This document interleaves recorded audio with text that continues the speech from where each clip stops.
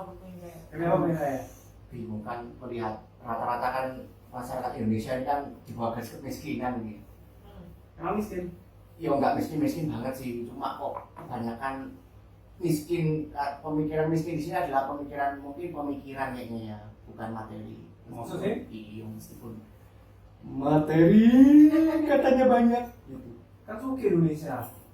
Iya, Indonesia tuh kaya loh, ya sebenarnya kaya loh. Cuma ya kayak SDM-nya tuh kaya gitu. Kayak aku suka sama dia.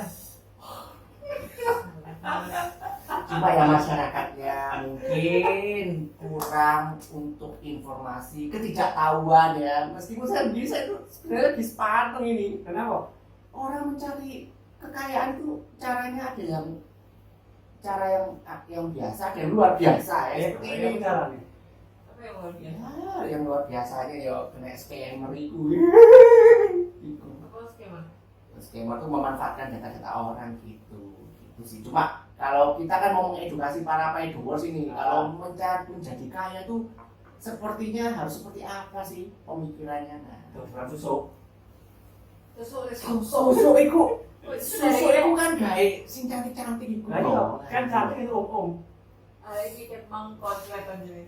Sumpah salah. Mumet. Jadi kita akan memberikan kepada para pedowers itu ada cara berpikir menjadi orang kaya dan cara berpikir orang miskin itu seperti apa. Tapi ini goblok-goblokan loh ya, kita ngomong goblok-goblokan. Emang tau Peter? Apa? Tahu lah. Yo tahu tuh. Sorry ya. Teka coba. Sorry. Mungkin cumi ada pandangan nih dengan orang-orang si kaya dan si miskin itu gimana sih? Aduh, bridging lewat mana aku ya? Gini, ada banyak orang terjebak menjadi orang miskin dan tidak. Oh gini, bridgingnya gini aja deh. Kan ada quote yang bilang kalau kamu pengen jadi kaya maka cobalah untuk berpikir menjadi orang kaya. Ya kan? Nah pertanyaannya adalah orang kaya itu mikirnya biasanya kayak gimana? Ya pacaran. Habis. Orang kaya itu biasanya yang kita tidak sadar adalah dia selalu kayak apa ya? Semuanya itu tidak dibuat susah. Mengerjakan sesuatu itu tidak pernah dibuat susah ya. Jadi dan kalau misalnya dia mengerjakan sesuatu, dia itu tidak terlalu berekspek terlalu tinggi. Oh, tidak terhadap berekspektasi tinggi. Terhadap hasil. Itu orang kaya ya. Itu orang kaya. Jadi dilakoni aja gitu. Dilakoni. Itu juga ya meskipun susah, cuman itu yang awal-awal kayak misalnya Mark Zuckerberg buat, Steve buat, Bill Gates buat, itu kan sama. Mereka tidak expect bahwa apa yang mereka mulai hari ini itu ternyata berujung menjadikan mereka seseorang hari ini. Oh memang bukan orang. Bukan gitu, maksudnya in value gitu, human in value. Human in value. Gitu. Terus kadang orang miskin itu kejebak dalam apa namanya situasinya dia yang selalu kekurangan, karena dia selalu merasa kekurangan, betul. Jadi itu berarti habit apa ya kalau bisa bilang mindset ya. Iya, mindsetnya orang miskin itu selalu merasa kekurangan. Kalau misalnya kita ubah ke arah positif seperti orang miskin itu apa-apa bersyukur. Alhamdulillah hari ini aku bisa makan, alhamdulillah ini. Tapi ya batasan orang miskin sama orang kaya itu menurutmu ya apa? Relatif. Orang kaya itu gimana? Orang miskin itu gimana? Relatif. Sebelum bahasnya itu. Relatif. Iya. Gini, batasan kaya dan miskin kalau kamu ngomongin statistik ada hitungannya. Ya udah cari di Google aja itu jelas. Iya kan? Ini kan pendapatan per kapita itu kan harus ada tolak ukur itu. Ada rumusnya ya. Ada rumusnya. Kalau ngomongin garis kemiskinan berdasarkan statistik. Tapi kalau kita ngomongin garis kemiskinanku dengan garis kemiskinannya Bayu atau kamu, mungkin beda. Atau mungkin kalau kita ngomong sama teman kita yang lain, beda lagi mungkin standarnya. Iya. Iya kan? Itu relatif, makanya nggak bisa membuat kayak standar kemiskinan atau standar orang kaya itu di titik yang seperti apa, kita nggak bisa membuat itu sebagai patokan. Ada yang secara spiritual, Bisa, ada juga yang harta, bisa, materi ya. bisa. Tapi mungkin kita ini lagi bahas Yang yang lebih materi ke kan? materi ya. Karena kan kita pengen kaya gitu ya, Iya. ceritanya ya. Kaya kamu. Semua orang itu kan pengen kaya, pengen membeli apapun yang mereka pengen. Murah banget gitu Iya ya. kan, gampang, pengen kayak Robert D. Junior, tuh enak nih kan. Nah, iPhone 11 itu. iPhone 12 sekarang Pak. Oh, Oh, sudah 12 ya iPhone ya. Oh iya. Oh. Yang mewah-mewah itu. Itu kaya nggak? Sama banyak mobil, ada mobil listrik ini bisa beli di Tokopedia ya. Tesla itu DP-nya 100 juta, bayangin DP 100 juta. Itu berapa sih harga Tesla? Waduh, kurang tahu sih. MM-an ya ini ya. Searching. Searching aja, komen aja. Nah, cuma yang saya tahu itu ada juga cerita tentang Robert T. Kiyosaki. Itu adalah cerita tentang Poor Dad dan Rich Dad. Nah, Poor Dad ini adalah ayah dia sendiri, yang dimana kalau pemikirannya kalau misalnya bekerja itu apa ya, harus bekerja itu sesuai dengan waktu gitu. Tapi kalau yang Rich Dad itu kalau tidak salah, kamu itu pada waktu bekerja kamu harus mencari penghasilan di pekerjaan itu lagi. Jadi kamu kerja di tempat kerjaan itu kamu harus dapat kerja lagi gitu loh. Misalnya freelance, betul. Oke, kamu kerja di toko buku misalnya, tapi di toko buku itu kamu kan juga bisa ya jual-jual online, memakai buku-bukumu itu yang kamu jual, terus kan bisa kamu naikin ya Itu kan. bukan korupsi ya? Bukan sih. Bukan. Kalau korupsi kan berarti kan mengurangi apa ya, bukan korupsi sih kalau saya bilang, karena kan harga bukunya 20, cuma dia jual di online 25. Nah berarti kan 20 itu kan marginnya si toko itu. Kalau 25 kan 5.000-nya buat saya gitu ceritanya. Jadi modelnya kayak gitu sih. Jadi memanfaatkan tempat pekerjaan untuk mencari kerjaan. Mungkin itu bisa semakin kaya ya pemikirannya ya. Tapi kalau misalnya orang yang si miskin atau rich dad, ya udah kamu kerja sesuai dengan gajimu gitu. Jadi kalau saya bisa bilang sih, seharusnya kerjaan apapun itu harus ada rasa ingin memiliki. Nah, bersyukur tuh. Nah, mungkin dari Fan sendiri mungkin tentang pandangan orang kaya dan orang miskin itu gimana sih? Aku sih cara pendidikannya. Pendidikan. Soalnya kadang ada orang kaya yang misalnya anaknya sudah merasa bapaknya kaya, dia malas-malasan. Ada nggak gitu? Artinya Jadi merasa aman ya, Merasa anaknya? aman, safe. Safe ya. nah, habis itu orang tuanya meninggal, anaknya kelabakan, bangkrut ada, Banyak sih kalau banyak itu. Kalau misalnya orang yang miskin, kadang-kadang itu menanamkan jiwa syukur iki penghasilan bapak saat ini, ibu saat ini, kayak gitu. Nah, aku sih ngono. Jadi dia bisa jadi lebih maju daripada anak orang kaya ini. bener. Kalau si miskin, kalau dari pandangan kamu kan, itu gimana? Nah, iya. Menanamkan rasa syukur. Rasa Nah, syukur. habis itu kan anaknya kan, oh bapakku ini kasarnya bisa berjuang keras. Aku harus bisa membanggakan bapakku. Nanti lama-lama dia jadi gitu. Yang ngikuti Sukses. suksesnya. Nah, Tapi apakah yang namanya kemiskinan itu, ya, itu apakah bisa dibentuk dalam pikiran, atau mungkin itu dalam kegiatan sehari-hari itu apa bisa ya, kayak misalnya aku merubah, maksudnya kemiskinan itu bisa nggak sih dari orang kaya menjadi miskin itu bisa nggak sih? Bisa. Gitu ya. Jadi gini, banyak faktor sih. Kalau gini ya, kita ngomongin mental dulu ya. Ya. Mental kaya sama mental miskin. Kalau mental miskin itu intinya, kalau dari buku yang pernah aku baca, intinya adalah mental miskin itu adalah mental mengeluh. Jadi segala sesuatu itu dikeluhkan. Mengeluh itu ada dua. Mengeluhkan dengan keadaan yang dia hadapi sekarang. Yang kedua adalah mengeluhkan dengan membandingkan apa yang dia punya dengan orang lain. berarti itu psikisnya ya. Iya, Psikisnya. itu mental. Jadi mental orang miskin itu kayak gitu. Nah kalau orang Indonesia kan bilang gitu tuh, ada tetangganya beli mobil baru dia iri, diomongin apa segala macam, itu mental. Aku ya iso tuh koyo ngono, neng ngono to ayo. Iya kayak gitu. Padahal orang yang benar-benar kaya dan passionate dengan apa yang dia kerjakan, dia tidak akan pernah sempat berpikir seperti itu. Kerja. Iya, karena dia cukup sibuk untuk dirinya sendiri. Gitu. Karena dia sudah merasa bahwa dirinya sudah cukup, dia tidak perlu untuk memuaskan Sosial.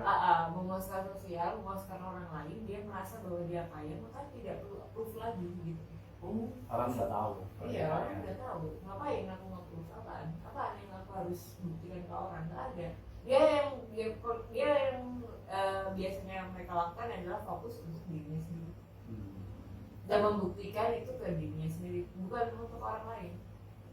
Tapi itu bisa timbul karena balas dendam kali ya, penghinaan biasanya. Bisa. Kamu nggak bakal jadi apa-apa gitu, terus dia Kaya. kaya gitu kan. Itu kan karena kan bisa dibilang balas dendam yang elegan kata Iya, orang gitu. tempaan sih. Sih. Jadi memang itu mindset itu, followers mindsetmu tuh harus dirubah. Dilakukan dulu untuk hasil itu, akhir itu berarti itu pemikiran orang kaya seperti itu ya. Yang Iya. penting Iya. jalan dulu. Dijalanin dulu. Karena dia fokus sama apa yang dia kerjain, dan yang penting itu adalah happy. Kalau dia kekeh sama apa yang dia kerjain, kayak kalau kita melihat tuh sibuk banget tapi nggak kaya nih orangnya. Ada ya? Ada, banyak. Berarti ada hal yang salah dengan apa yang dia kerjakan. Ada yang salah atau pamer buat sosial, lingkungan sosial. Tidak gitu juga. Jadi kalau ini kan konteksnya orang yang banyak kerjaan, maksudnya kita lihat dia sibuk banget tapi dia tidak ada istilahnya penghasilannya itu tidak achieve yang sampai gimana gitu loh. Itu berarti ada yang salah. Tanpa itu bukan, bisa jadi gaya hidup ya, tapi bisa jadi mindsetnya dia yang membuat dia itu rezeki yang harusnya datang ke dia enggak, rezeki yang harusnya datang ke dia, tapi karena dia mindsetnya mungkin masih mikirin masih belum puas, masih belum ini, masih tidak bersyukur apa segala, ini yang mau jatuh rezekinya itu mampet karena overthinkingnya dia. Paham. Overthinking ya. Jadi overthinking itu juga berguna juga ya. Tapi overthinking yang positif. Jangan yang jelek-jelek aja, karena namanya mindset itu kan ya itu tadi ya kan doa juga ya. Kalau kamu baik ya pasti dapatnya baik gitu loh. Jadi intinya lakuin aja, ikhlas tentunya. Dan itu tadi ada juga orang-orang yang kurang selalu kalau sudah dapat uang banyak. Yang membedakan orang miskin dan orang kaya adalah apabila orang miskin itu kalau misalnya uangnya sudah banyak, kalau dikasih belanja apapun misalnya 10 juta itu ada pernah dilakukan di Inggris caranya. Jadi dia itu memberikan 10 berapa dolar gitu ke pengemis, itu habis dalam waktu 1 hari. Nah tapi beda dengan orang kaya. Kalau orang kaya itu dia memberikan uang itu mungkin kebetulan orangnya boros mungkin ya. Cuma kalau yang si kaya ini dia menginvestasikan uangnya dalam bentuk saham, emas, investasi dalam bentuk embarking atau mungkin kerjasama dengan misalnya invest itulah kayak makanan-makanan kecil gitulah. Nah jadi seperti itu sih modelnya. Jadi apa-apa pikirannya uang. Nah itu katanya juga salah juga sih kalau pikirannya apa-apa uang gitu sih. Nah benar, balik lagi yang dari yang aku pernah ceritakan ke kalian tadi. Jadi kalau kita lihat dari ceritanya Bayu tadi, itu kan bisa kelihatan banget tuh orang miskin misalnya dikasih uang 10 juta, ini orang kaya dikasih duit yang sama. Ternyata orang miskin 10 jutanya habis untuk sebenarnya tidak menyenangkan diri sendiri, tapi untuk menyenangkan istilahnya gini, enggak, dia pengen terlihat kaya di orang lain. Sosial. Iya. Sedangkan orang kaya ini fokus untuk bagaimana saya bisa hidup 20 tahun kemudian dengan uang 10 juta ini yang saya punya. Beda ya? Jadi fokusnya kan beda. Sama-sama 10 juta. Mentalnya pun beda, itu maksudku yang membedakan. Oh jadi cara penyampaiannya itu ya cara penerimaannya yang begini ya. Kamu dikasih mandat segini, apa sih yang kamu gunakan? Nah karena kan ya, jujurnya kalau misalnya orang miskin kan mungkin kan ketidaktahuannya tidak tahu apa-apa. Jadi sebenarnya yang dibilang miskin itu mungkin ada miskin pengetahuan juga bisa ya. Kalau misalnya kamu nggak miskin pengetahuan, maka kamu juga bisa cepat kaya gitu, meskipun dengan berdarah-darah dulu Tapi, harus ini dulu. Tapi ada orang miskin dengan mental yang bagus dikasih 10 juta, dia berusaha bagaimana 10 juta ini dia bisa memilih untuk berdagang. Mungkin dia tidak tahu bagaimana caranya bermain saham, tapi dia mengupayakan untuk berdagang.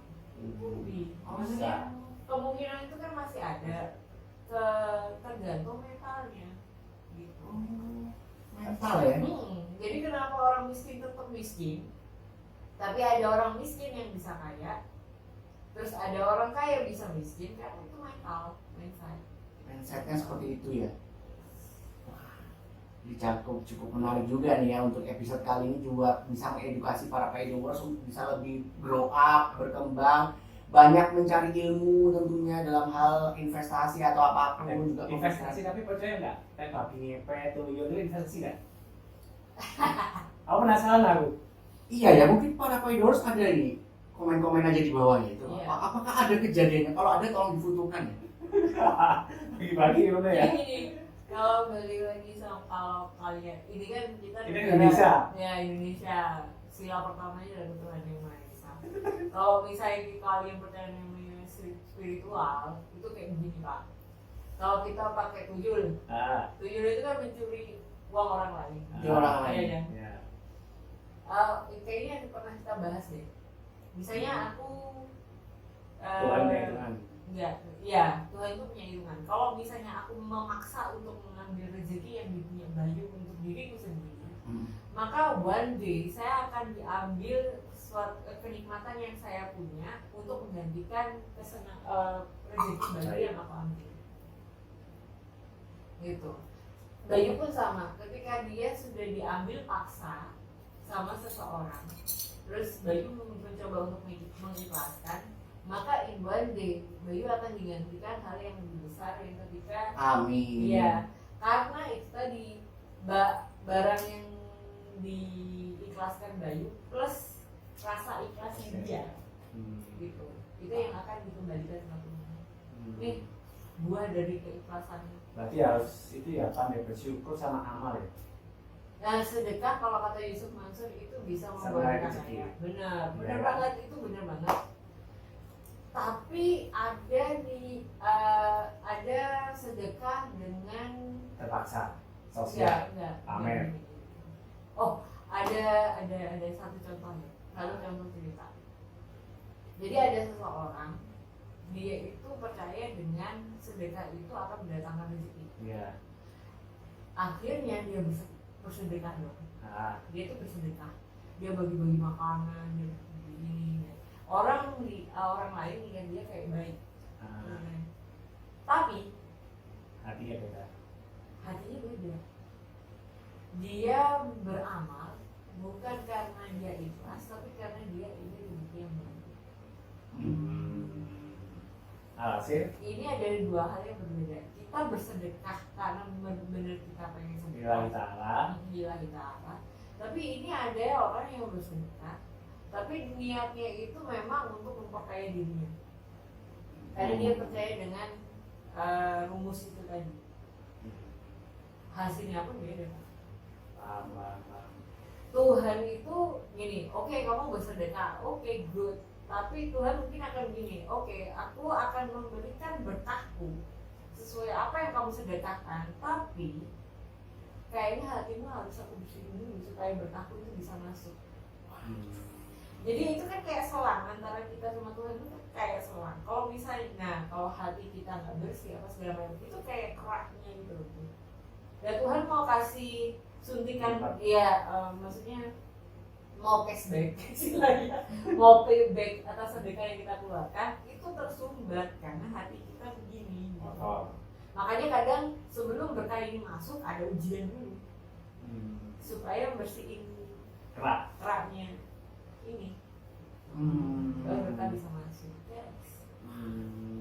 Jadi makanya paling enak itu ketika kamu berusaha atau mengejar sesuatu yang kamu mau, satu adalah don't expect anything. Don't expect anything. Iya, kamu jangan berharap apapun, kamu hanya lakukan apa yang kamu rasa itu menyenangkan untuk dilakukan itu aja. Passion itu sesimpel itu loh sebenarnya. Passion itu sesimpel itu. Iya, Tapi bisa dilakukan.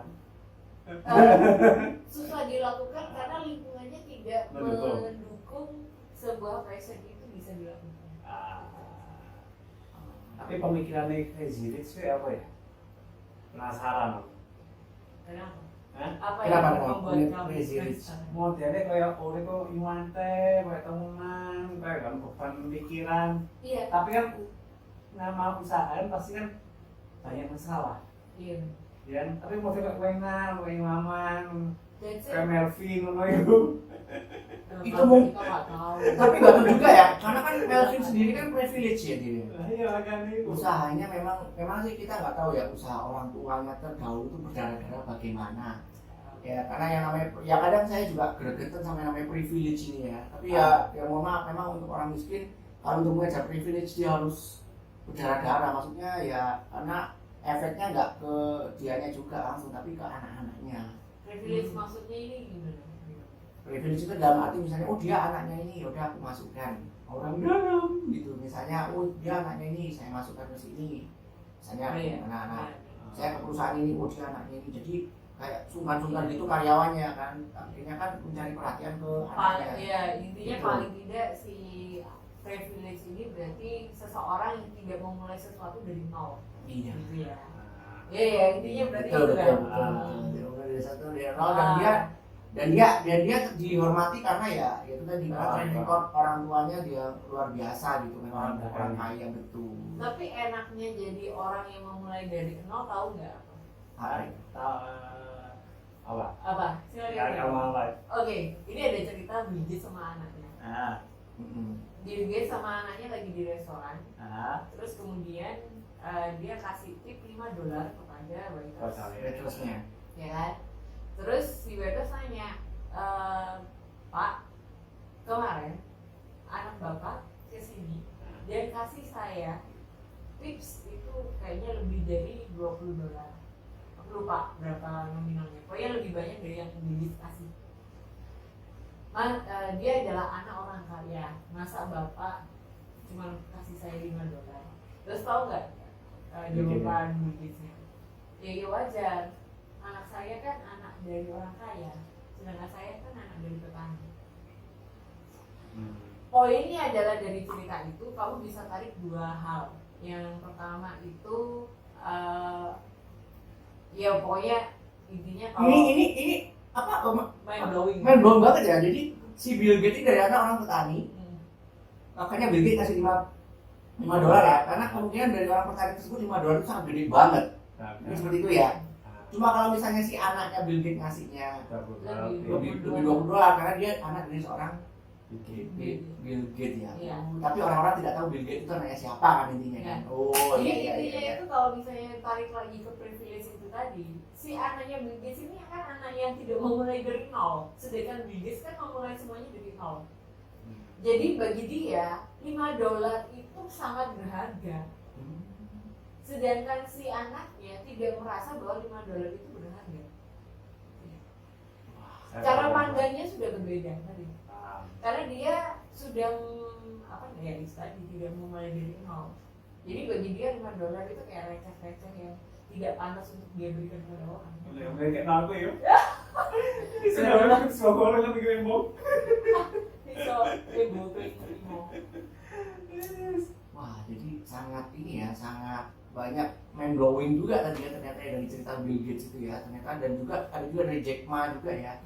Kan memang Jack Ma kan bukan orang langsung gitu, bukan privilege dia. Dia emang dari bawah memang. Biasanya jatuh. Wah, iya dengar-dengar seperti apa itulah ya. Roda itu kan kadang berputar, kadang yo stagnan gitu ya. Kalau kita berputar, masa jangan kena tai aja. Apa? Jangan nginjek tai aja. Kalau udah di bawah terus nginjek tai. Rasanya.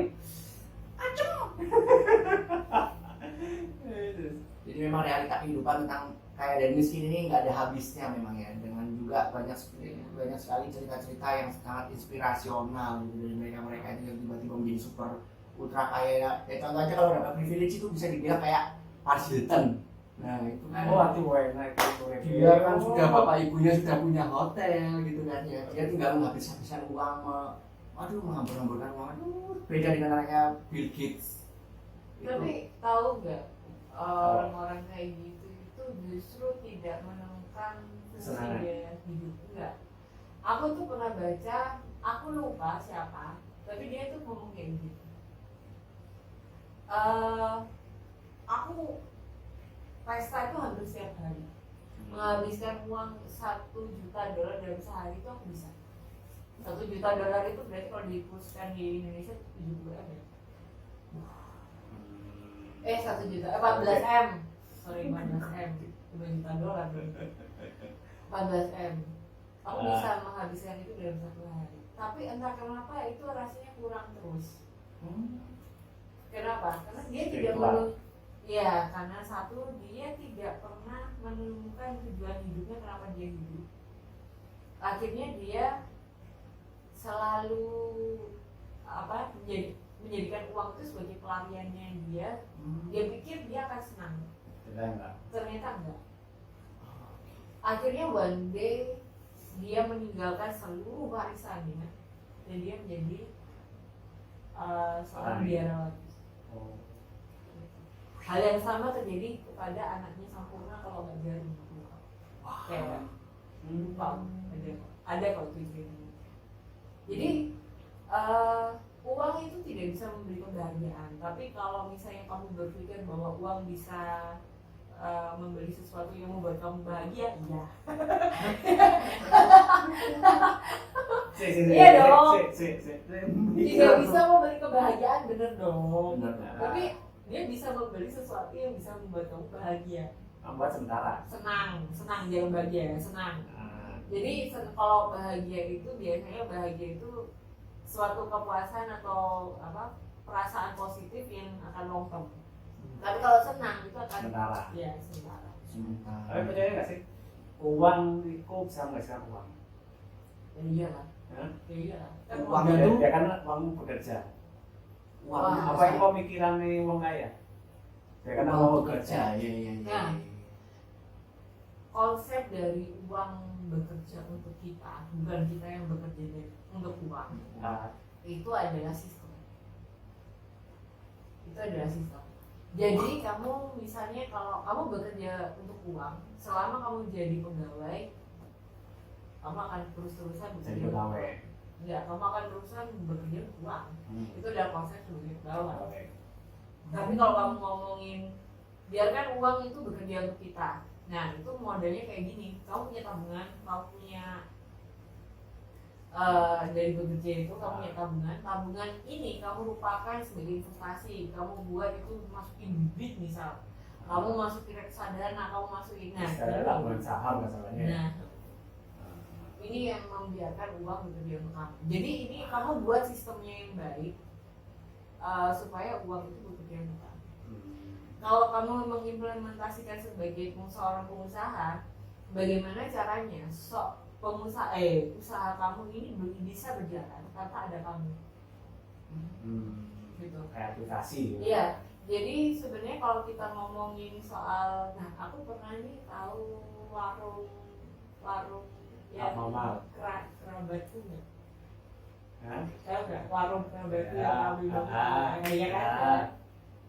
Nah, dia itu, lu tahu nggak kalau dia itu semua resepnya, bumbunya apa segala macam dia yang buat. Nggak tahu. Semua dia itu buat. Jadi pagi-pagi dia belanja terus buat sendiri. Buat sendiri. Kan Nah, gitu. Terus Dia kasirin sendiri apa dia buat. Pokoknya dia atur sendiri. hidupnya berarti kerja. Ya itu namanya kerja untuk uang. Kerja untuk uang. Nah itu kerja untuk uang. Walaupun kita lihat kayak hidupnya kaya banget ya orang ini, bisa beli ini, bisa beli itu. Tapi ada temennya yang bilang, ayo kita reunian ke Bali, ayo reunian ke Lombok. Dia punya segalanya, dia punya uangnya, tapi dia takut kehilangan usahanya, ya kan? Dia menolak itu. Berarti Jadi dia terjebak di usahanya. kurang percaya sama orang lain. Benar. Ya makanya aku nanya, apa iya uang bisa beli kebahagiaan gitu? Ya kan? Tapi uang bisa membeli kesenangan, ya Sesaat. sesaat, udah. Jadi Harus kalau kayak lebih gitu kreatif. kan, tapi kalau kayak gitu kan kejebak banget, kan ya? Kalau misalnya diukur secara duit atau tabungan, keluarga gue sama keluarganya dia jauh, pasti kayak dia lah. Tapi realitanya keluarga gue bisa kemana-mana karena kali Jawa tinggal berangkat, kalau Lombok tinggal berangkat, ke Bali tinggal Orang berangkat. Gitu loh. kaya, Pak. Bukan. Oh, orang kaya. Saya orangnya biasa, tapi ya kalau belanja ya ke sana, nggak Orang pamer ya, kaya. saya nggak pamer. Tapi kalau mau mobil Bukan ya, itu poinnya. Tinggal geser. makanya ada juga kayak kenapa sih mas kok udah kaya kok masih kerja ya, karena ya itu tadi dia yang mempertahankan sultannya. Iya dong. Karena namanya juga uang itu kan kadang semakin tahun kan semakin turun gitu nilainya. Berarti kayak itu film apa? Joshua nih. Aku ingin orang kaya banyak uang. Karena mereka memang melihat dari salah satu sisi adalah langsung kaya sugih, tapi dia nggak lihat apa perjalanannya hidupnya, dia mau mencapai itu dia nggak tahu gitu. Jadi ya itu tadi ya. Kalau ngomongin Itu uang nggak kelar-kelar ya. kelar ini ya. Wakeh nanti itu kan dalam segi kaya dan miskin, cara-caranya bagaimana kan sudah kita. Maksudnya itu membantu mereka sih apa yang kita mau. Iya. Masa Kan baik. goblok-goblokan ini. Itu sama dengan curhat kayaknya. Iya. Kayaknya untuk episode kali ini anu aja kayaknya. Kita goblok-goblokan aja nih. Jadi nanti semoga bisa menjadikan kalian inspirasi kalian, referensi kalian dalam hidup menjalani yang lebih baik. Emang ada referensi nih? Jadi orang kaya. Referensi. Baca. Poor dad, rich dad. Kalau kamu pengen jadi orang kaya itu punya kebiasaan untuk membaca. Baca apa ini? Satu, Tuh. Baca apa? Buku ya, terus melihat video-video Belajar. motivasi, belajar, berpengalaman melihat orang-orang ya sekitar Yang ya. paling penting itu gerak. Iya. Betul. Percuma ya baca tapi nggak gerak. Gerak sih. Ayo nanti share, subscribe, like, dan komen. Thanks.